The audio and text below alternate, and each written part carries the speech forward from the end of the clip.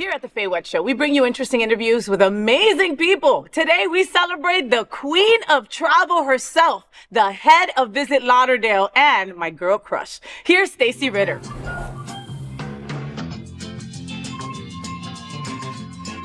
Oh my God, I'm so excited for my next guest. And I've been trying to get this woman in bed literally forever. And I'm not even going to say in bed like on my show in bed. I'm just saying in bed in general, all right? Stacy Ritter is on my show. Let me tell you a little bit about the incredible Stacy Ritter, all right? She is the president and CEO of Visit Lauderdale. As president, she promises to continue Visit Lauderdale's alliance and partnership with the LGBTQ plus community. Stacy has served on numerous boards, including the United States Travel Association, Destination International Foundation, and the Fort Lauderdale International Boat Show Steering Committee, just to name a few, because this girl is busy. She's also a dedicated member of the Orange Bowl and Miami Super Bowl committees. Among several honors and recognition that she has received, many, again, okay? Stacy was named one of the 15 influential Eventprofs of 2023.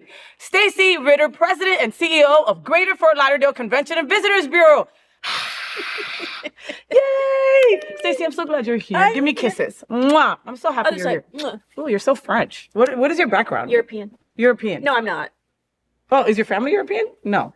Eastern European. Eastern European, okay. We were kicked out of those countries, over 100 years ago. Oh, okay, got you. I got you. No, but I like the double kisses. Very Latino. I always wonder, where people stole that from. I don't understand why Americans don't do that. The entire world does that, but, Americans are sort of... Well, I mean, we have, rigid issues with sex and stuff like that, so I can understand why that is, South Florida Latinos are very into...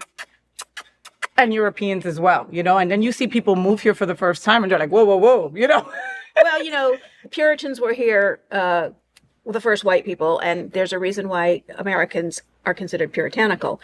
That's what it comes from. That's where it comes from. You see, you're getting a history lesson from Stacy History Ritter. major. Seriously, are you a history major for real? Yeah, and now I read it for fun. I really geek out on history podcasts. The stuff that I was forced to read in college, I now go back and read for fun, which...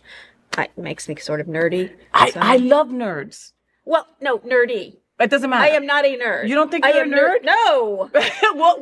Okay, and nerd is used in the most positive way. Okay. Understand that, folks, because I married a nerd. I love nerds. I love to be around people that are smarter than me, I'm married to come to think of it, I'm married to Are you? a nerd. Is he a nerd? I love him. I just met him the other day at Diversity Honors for the first time. What is his name? Russ. Russ. Yeah. You consider him a nerd? Yes. Why? What makes him a nerd? He's a terrible dresser. Okay. He has zero sense of style. Okay. I think he would wear a pocket protector, but I will forbid it. How about if it was bedazzled? I've tried to get him to. We go to a lot of gay events, Yes. and I've tried to get him to buy a jacket that's got some spangles and sparkles, but it's just I don't think he's not there yet, and he's not going to get there. He actually it's. I think it's funny, but he's very like Stacy. This way you can shine.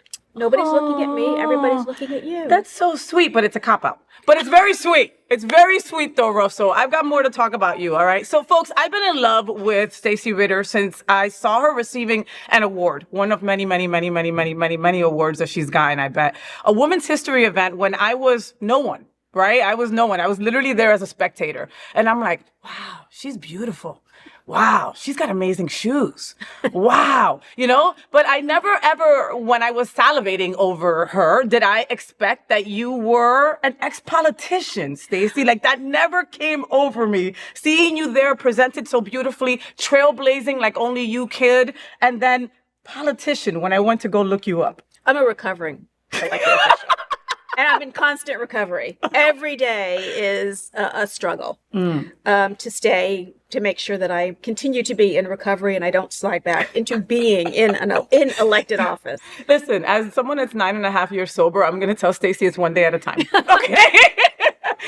So you're a former member of the Florida House of Representatives, and you got a lot done while you were in office. 20 years of service. I mean, when did you start? When you were 10?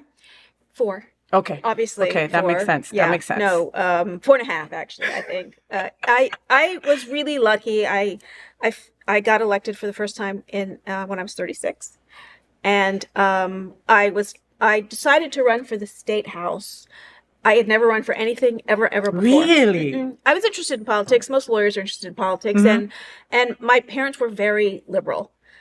Sort of grew up during the New Deal, and were serious New Dealers. And I remember my earliest memories are the TV on at 6:30 with Walter Cronkite or Huntley Brinkley, which a lot of people don't remember.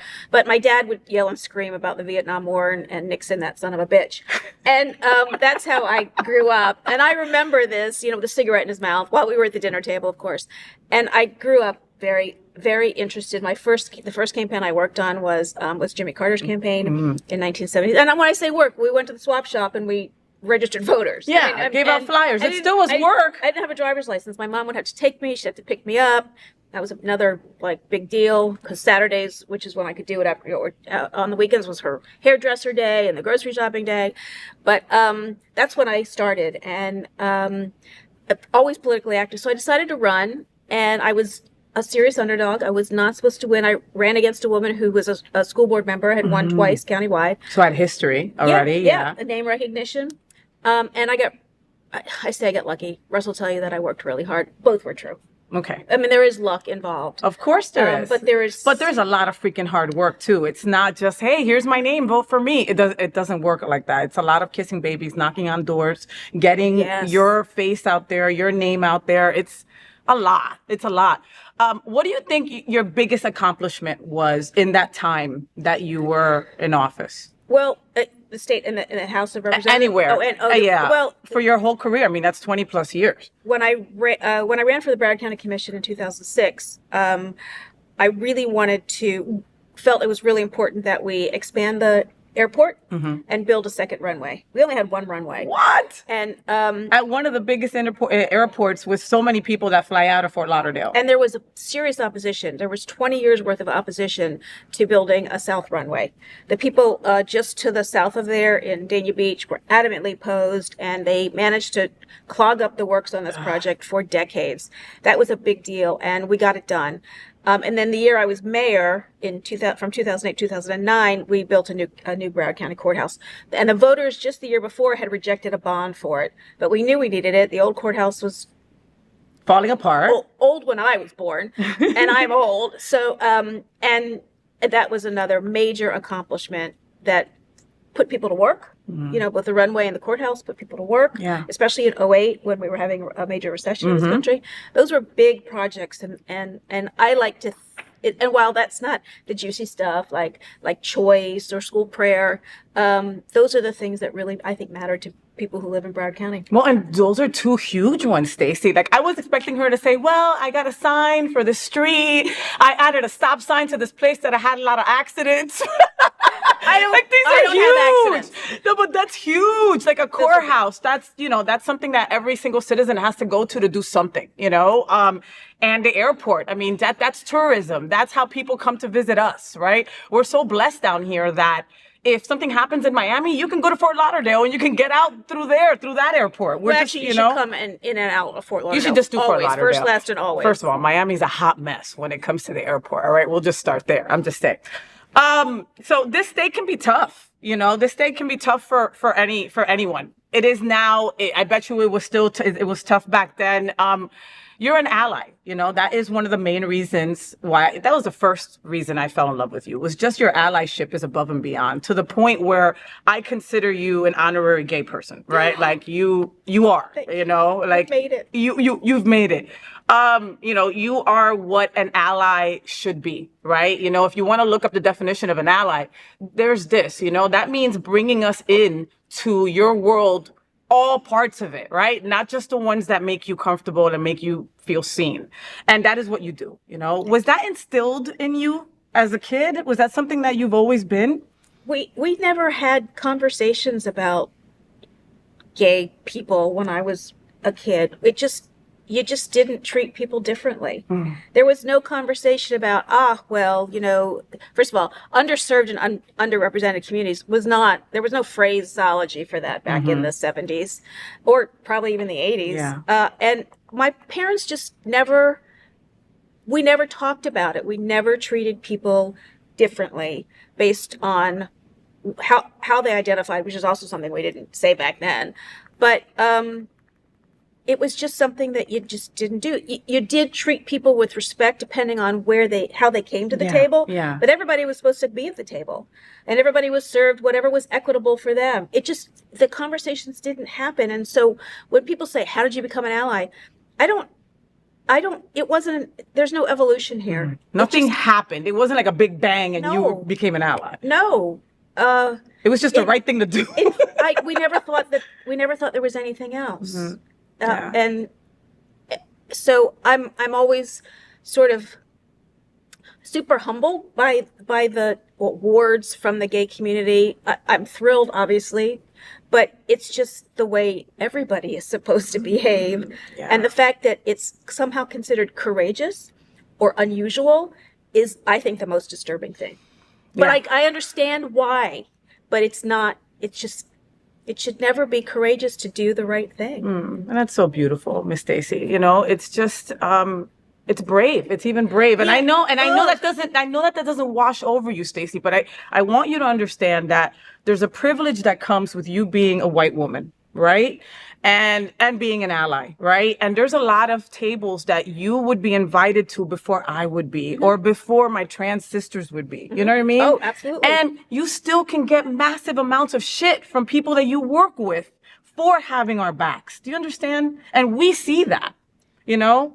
I'm very grateful for that. I am, and for the rest of my life, when I leave this position and go on to whatever's in the fourth of my life, I will always carry with me how the gay community in Broward County has seen me. Has seen you completely. Again, but you made them see you. It wasn't also just like, hey, I'm dancing around. I'm just Stacy Ritter in pretty shoes. Have you seen her shoes? Can we see her shoes real quick? Look at these things.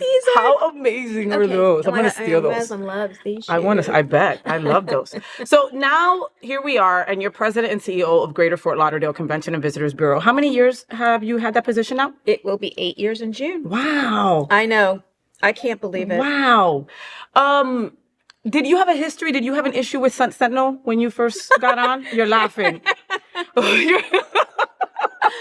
I would say an issue is an understatement. Okay, that bad. Was it that big of a deal? I was not what the hospitality community wanted. Okay. For this position. They wanted someone from tourism. They didn't want a politician. They say they didn't want a politician. And this was very much like a campaign, like my 8 other campaigns for elected office. What? You had to kind of run? You had to run for this position? I had to get supporters, and I had to get them to write letters and call my boss and then at the time I was her boss, which also made it really interesting because I was the courageous person in this whole thing was Bertha Henry, the county administrator at the time, who put her blinders on and said, I'm giving Stacy this position. I think she's the right person, no matter what all the clutter says. But the Sun Sentinel did write 2 editorials, again, anybody but Stacy Ritter. Wow. And look, to say it doesn't hurt would be a lie. Of course. But it made me even more want to prove them wrong. And I love you. Gave you like that fire. It did. Because just as my first election when I was the underdog and I ran hardest in that election, I ran hardest in this one, even though it was a appointed position, because there were so many people against me and I wanted to prove them wrong. And that's probably immodest, but I knew I could do this job. And she knew you could do this job. More importantly, she knew. She knew better, I think, more than I did. More than and the reason I applied for it in the first place was like 4 years before I got the job, my predecessor had been talking about retiring, and my husband was like, "You can do that job. It's a cocktail party. It's one big cocktail party. You do cocktail parties all the time." And then I got the job, and I'm like, "Wait a minute, what? It's not just a cocktail party? No, it is not. It's we're a government agency. Yes, you are. And all the red tape and bureaucracy that goes along with that, and yet we are still able to accomplish amazing things because we are on the side of right." Yeah, this is the side that you want to be on. You know, I think so. It's certainly more fun than the other side. I promise you that. Hell to the yeah. Do you have a better relationship with them, with the Sun Sentinel, as the years have gone by? Thankfully, their editorial staff has turned over, which helped. But they see that we are have experienced record numbers in tourism, that we have changed the way people view this destination. We're not a sleepy little beach town anymore. No, we're not. And the fact that we have doubled down on diversity and inclusivity and accessibility, in spite of what's going on in the state of Florida, I think that they respect. Yeah. Yeah. Because at the end of the day, it's a sunset. No, we have to, come on, they know better. And again, there's certain times that a publication will be scrutinized for the writing of one person or for a team, and it's not the whole entire newspaper that was against you. It was the certain editorials or whatever. But right, exactly. And it is a different staff. They have been very, very good to us with local press. They put the Rose Parade. They put it in the paper. They put a picture of the float on page 3 on January 2nd with a headline, "A Float to Remember," which was a big deal for us. They put us on the front page after our annual luncheons when we talk about tourism. So I have no issues with the Sun Sentinel. Good. But I haven't forgotten. No, right? We'll forgive you, but we'll never forget, We'll talk more about the Rose Bowl in a little bit and your annual meeting. Your annual meeting was like ultra, okay? Like I saw the videos and it was like boom, boom. I was like, what the hell? So Richard Gray sat in this bed. Yes, he did. And told me how much you inspire me. How you inspire him, excuse me. And you inspire me too, don't get me wrong. But how much you inspire him and how the Rose Parade float was all your idea. Yes, it is true. But I couldn't have done it alone. And the team at Visit Lauderdale embraced the idea and ran with it. Yeah. So while someone has to come up with an idea, it was absolutely a team effort. Could not have done it by myself. Would not have wanted to do it by myself. It was extraordinarily labor intense. And we started this in September of 2023 when other floats start their process in February. Wow. So it was very condensed. It was very hurried, but we wanted to show people around the world in 2.5 minutes who and what we are. And you did. And you did, Stacy. 2.5 minutes. That's it. Okay.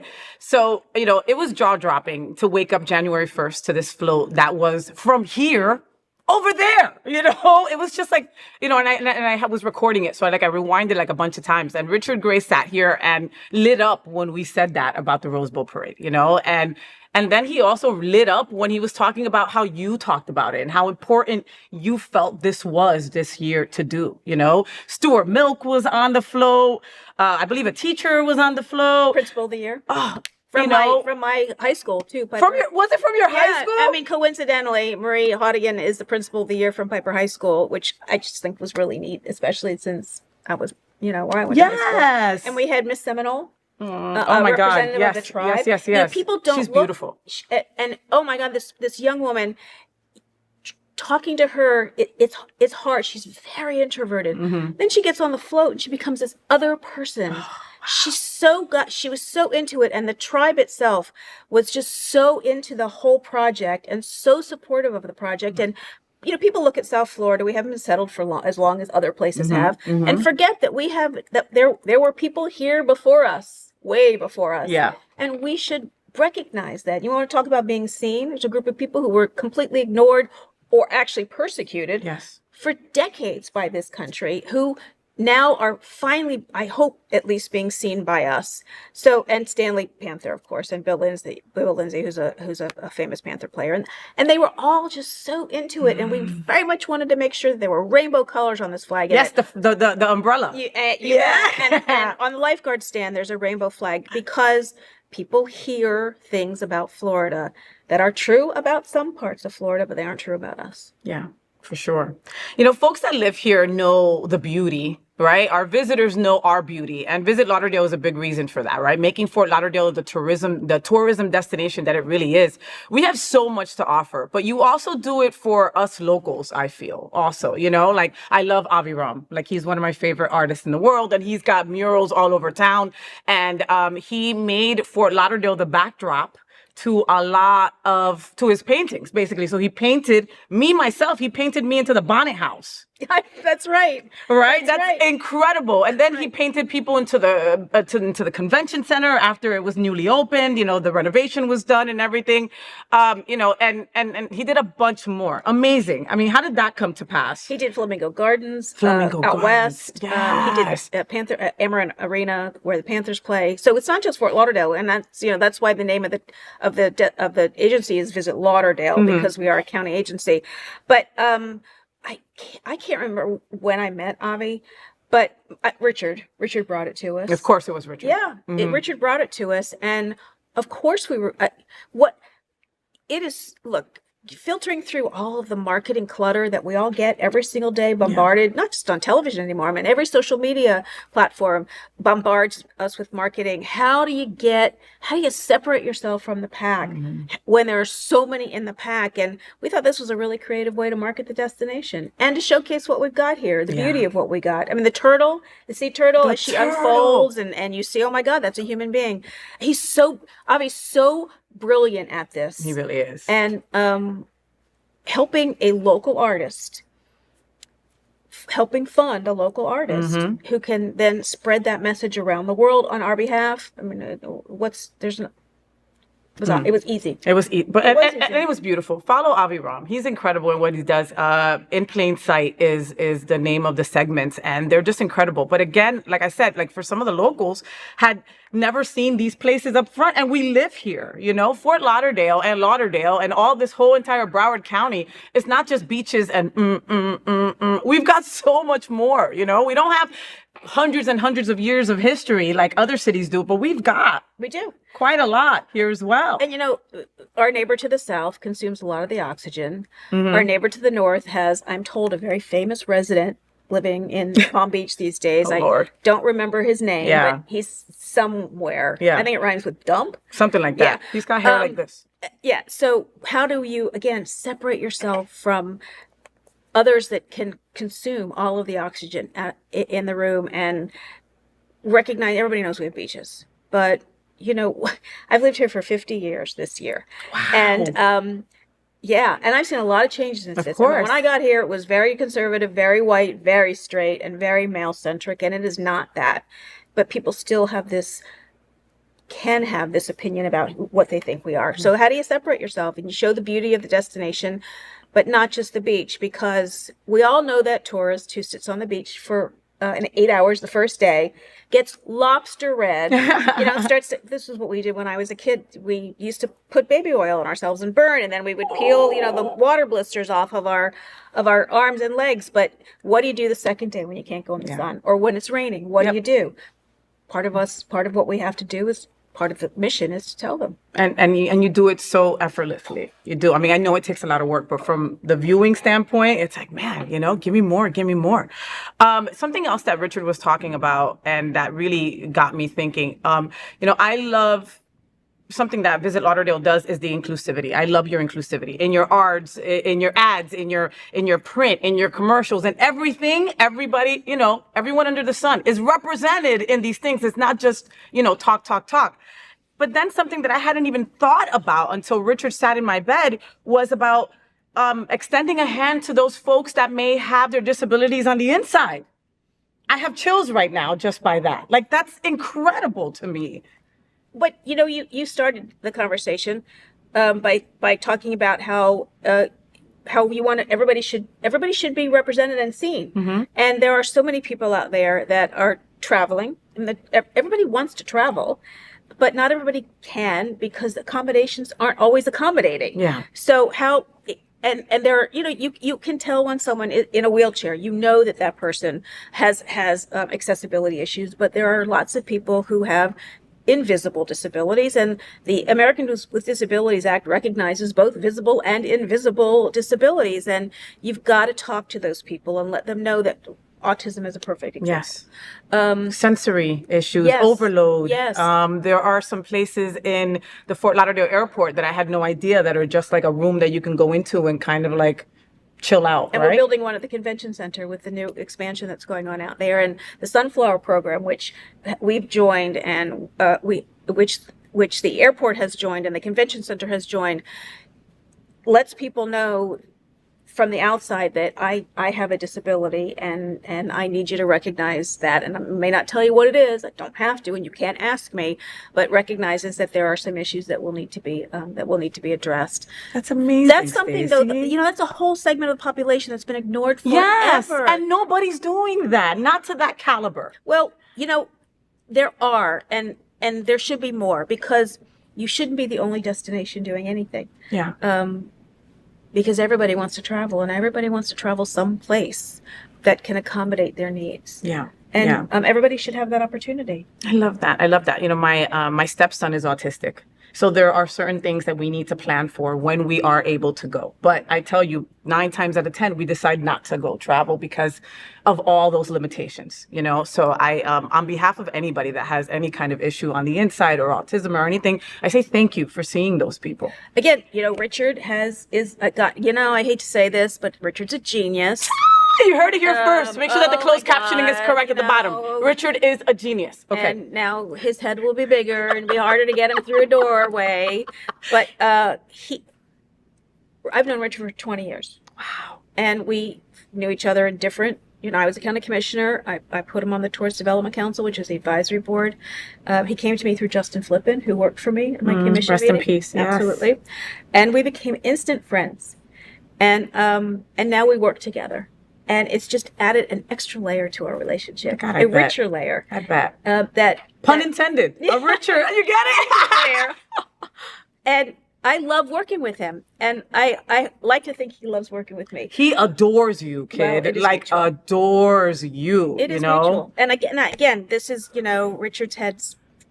Richard is an icon in travel and tourism. Richard is an icon in the gay community. Richard is an icon in the straight community, and teaches us all a lot about how people should be treated. Yes. I mean, what he's done to see the trans community is just so beautiful. First destination to put trans people in our marketing. And not a single person said, "Why are you doing that?" Or "How can you do that?" Now, I get letters from people, actual physical letters from people who don't like what we do. I get letters from people around the country who say they won't come here. They know we're different, but they're still not coming here, and I respect that. Yeah. But when you do that, you hurt the people you want to help. Yeah. You stay away from the gay community as if you're gay and you don't want to come here because you don't want to give the state your tax dollars. You're hurting small businesses which are gay owned. Definitely. Multicultural too. You're hurting small businesses for people who share your values. Why would you want to do that? Again, I understand it. I don't agree with it. Yeah. Yeah. Lots of people travel to places where their views do not align with the countries they're traveling to, but it doesn't stop them from seeing. It doesn't stop them from going and seeing incredible places. Yeah, that is limiting yourself. Stacy, what's your favorite color? Blue. So blue. All right. So I host church at Unity on the Bay, and we always have a color that we have to wear every Sunday, and it's aligned with the chakras and all this beautifulness, right? But then you really learn that when somebody says blue, there's 1,000 blues, right? All right. Yes. So is it sky blue? Is it dolphins blue? Is it royal blue? My eyes. Wow, blue. your eyes are gorgeous. I could stare at them forever. Thank you, Dad. Thank you, Dad. Lucky Russell. No, not my daddy. My dad. Oh, okay, your dad. Yeah, got it. Yeah, we all have daddy issues. Yes, it's the one thing that he gave me that was positive. The thing not so positive is my personality. So I love your personality. So we were talking about your shoes before. Do you have sitting shoes and walking shoes and event shoes like me? I used to only have stilettos, and I wore them at trade shows for 8 or 10 hours a day. And then, because it ruins the outfit if you change a shoe. Yeah, completely. But then the pandemic came, and I said, why am I doing this every single day? Why am I wearing these 4-inch stilettos? Yeah, they're great looking. Man, they give you an amazing calf. Oof, what? But I no longer feel that I have to impress people. You either like me or you don't. When I was in my 20s, I agonized over people not liking me, but you don't like me now, it's really not my problem, it's yours. And so I said the same thing about my shoes. Look, I'm as smart in a pair of Christian Louboutin 4-inch stilettos as I am in a pair of Valentinos that are a chunk heel. Yeah. So, not anymore. The quick answer is not anymore. Not anymore, I but do you still them have. at events. Yeah. You know, I'll wear them at and of course, when you go to a gay event, you really have to amp up your game as a straight woman because there's so much judgment in that room that I mean, I am. It's not judgment. It's totally judgment, but I really spend a lot more time figuring out my wardrobe when I go to gay events. More than when you do straight events? Because the straight events, you're always best dressed. Well, you're fine. Also, you're good. You know, honestly, straight men, like, they don't... Gay men still pay attention to women my age, which is really nice. Because I am very selfish and very self-centered, but I'm also very self-aware. So a lot of self-centered people are not self-aware. I know. Those two don't usually go together. No, I know it. And so it's really nice that when a guy looks at you, no matter what, every now and then. I have friends that are like, you only hang out with gay boys. Like, Yeah. why? And I go, hello. They tell me I'm beautiful every single day. Right. They compliment what I'm wearing. Most of the time they want to wear what I'm wearing. Like, come on. Like, why wouldn't I? Gay men love women. They do. Gay men love boobs. They just do. I just think that it's just, everybody feels that way. It's just, love. I think it's just love, Yeah, I agree. And I think that when you experience so much hatred and prejudice, for it not to turn you into a hateful, prejudicial person is really amazing. And I don't know anyone in this community that I have interacted with from the gay community who are hateful or prejudicial. They just live. They just live. hope that they are able to just live. Yeah. I think the marginalization makes us really try to stay in the moment whenever possible. I think that's a great way to live. I personally love your commentary on award shows. I totally miss E on the red carpet with Joan Rivers. We were talking about Joan Rivers before. I used to love her. The next day, they would do all the commentary on like what everybody was wearing, and she would rip people to threads, So, I mean, I think you and I would do a sick red carpet for something. Oh my God, that would be so much fun. And, I tell people that I have a filter right now because I'm employed full time by the county. But once I retire, a filter comes off. So if you think my commentary is insightful now, wait until I retire. And what are these people thinking? They make millions of dollars a year. They hire stylists. They get free couture outfits. And this is what you're putting on the red carpet? Yeah. Oh my God. Listen, I believe Billie Eilish. I think that she's such a talented soul, and I love her queer representation, right? But damn, do something about your clothing. Like she wears expensive shit. Oh yeah. I mean, she was wearing Chanel that night. Yeah. And each individual piece was lovely. But the way she put it together, and look, I admire her for wearing oversized clothing and not buying into the and not allowing herself to be over sexualized as a woman. I think that's great. Mm-hmm. That doesn't mean you can't wear something that fits. Especially if you're wearing a $5,000 jacket. I mean, it should fit. Yeah, no, it should. It should. Do you do the commentary? So what she does is that, like, we'll be watching the Oscars and she'll be posting it on her Facebook, like the picture and then what she thinks, and it's freaking hysterical. Did you start doing that because you were doing that to your husband and he was like, stop? I've been doing it for forever? 20 years. Oh my God, okay. And I use Facebook because I'm a boomer and apparently older people use Facebook.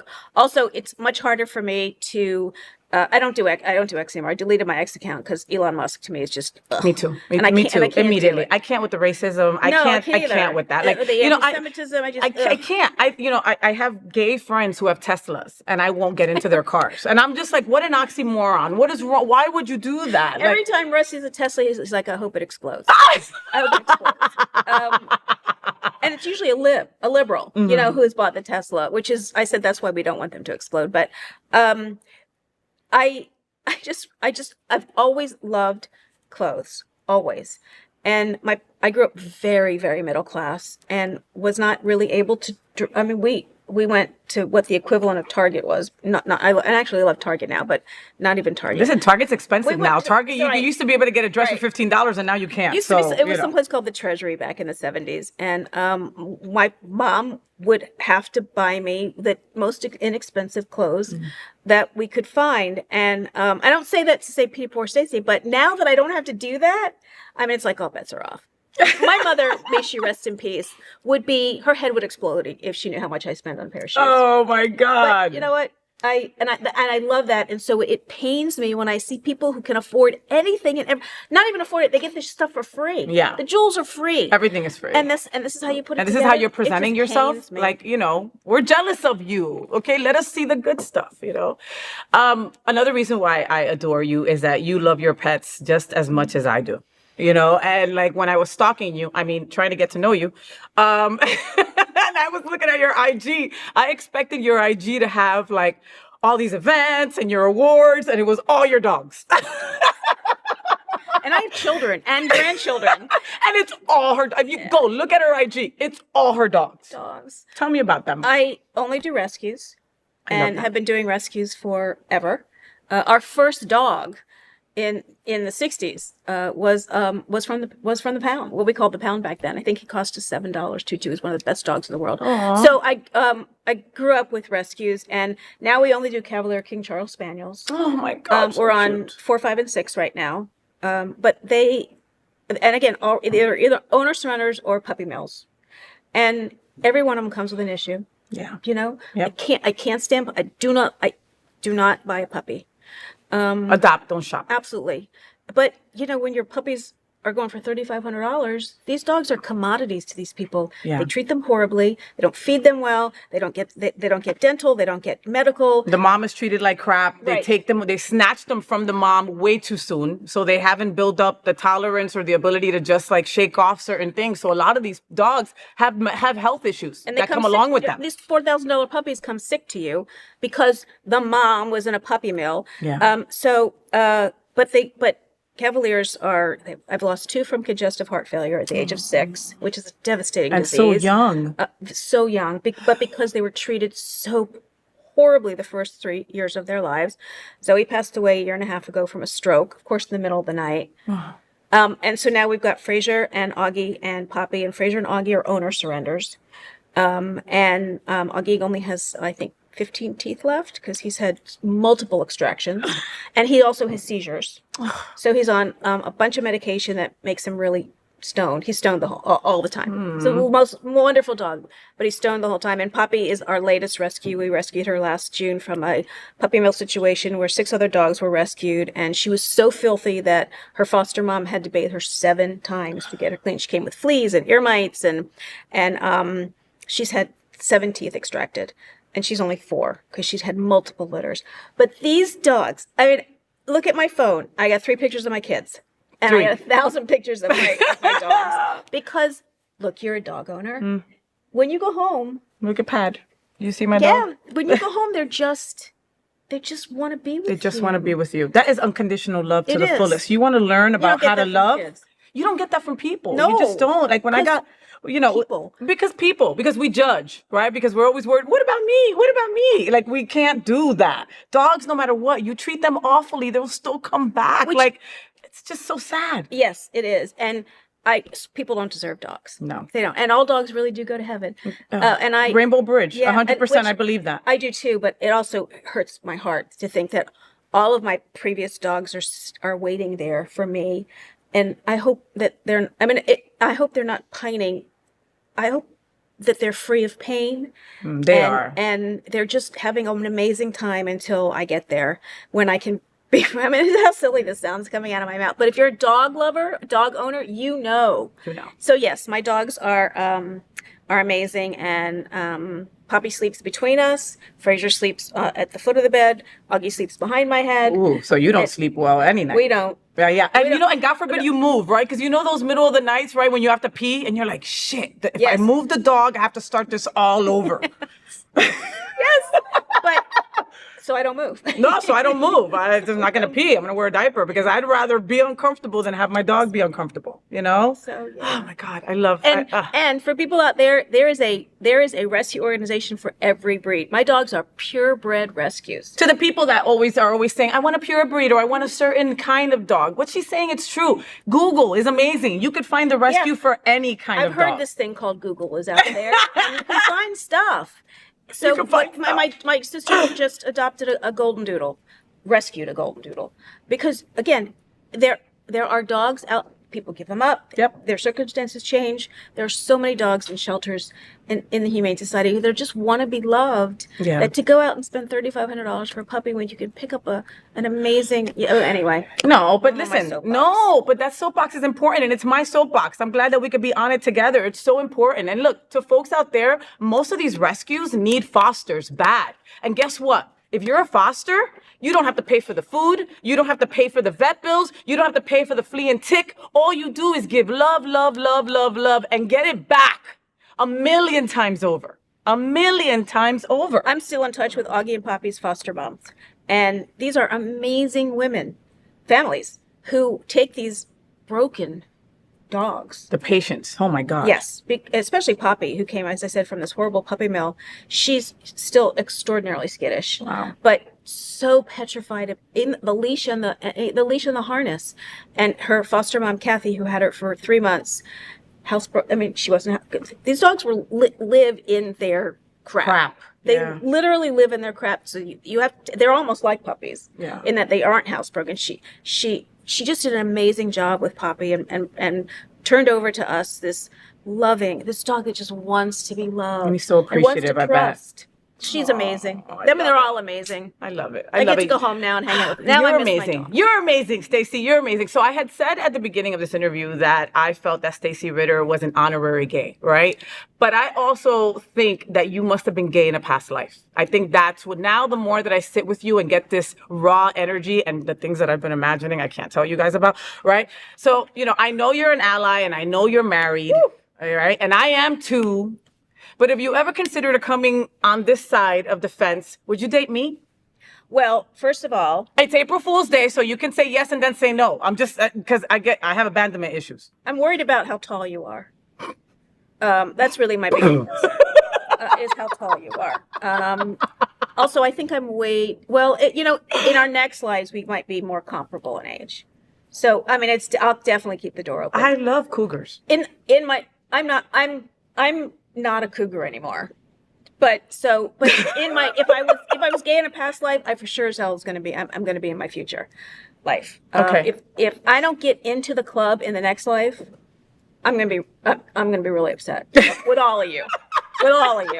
So I'm just putting it out there. Okay. You better write me a good letter recommendation for when I come back. Yeah. Next life, Stacy's got to be on. I'm telling you, your past life, you were here. I'm telling you. Do you guys date?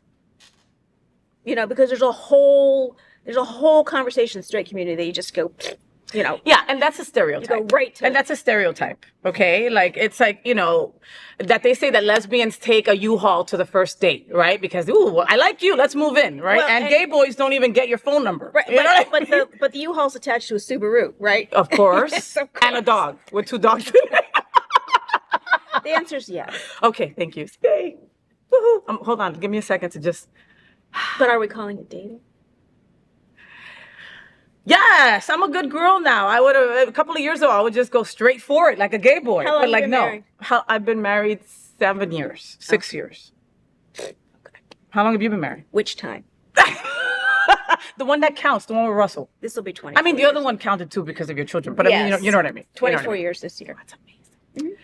So to end our interview, Miss Stacy, we play a game here at the Faye What Show called Say What with Faye What, right? And basically it's a lightning speed game where I say something and you just answer which one of the two, right? So if I say black or white, you would say? Oh, I think that's a loaded question. So let's Okay. Blonde or brunette, you would say? Brunettes. All right. Okay. So that's how it goes. You ready? Mm-hmm. Okay. Here we go. Because I'm actually a brunette. Oh, okay. But, and still am in some places. So. I love her. All right. Here we go. Espadrille or slingback? Slingback. 4-inch heels or 6-inch heels? 4-inch. Cowboy boots or thigh-high boots? Thigh highs. Sneakers or Converse? Sneakers. Tacos or wings? Tacos. Shopping in store or online? Online. Football or basketball? Football. Pickleball or tennis? Pickleball. Cake. Tennis. She's like, either one. I don't want either one of them. Yeah. Cake or pie? Pie.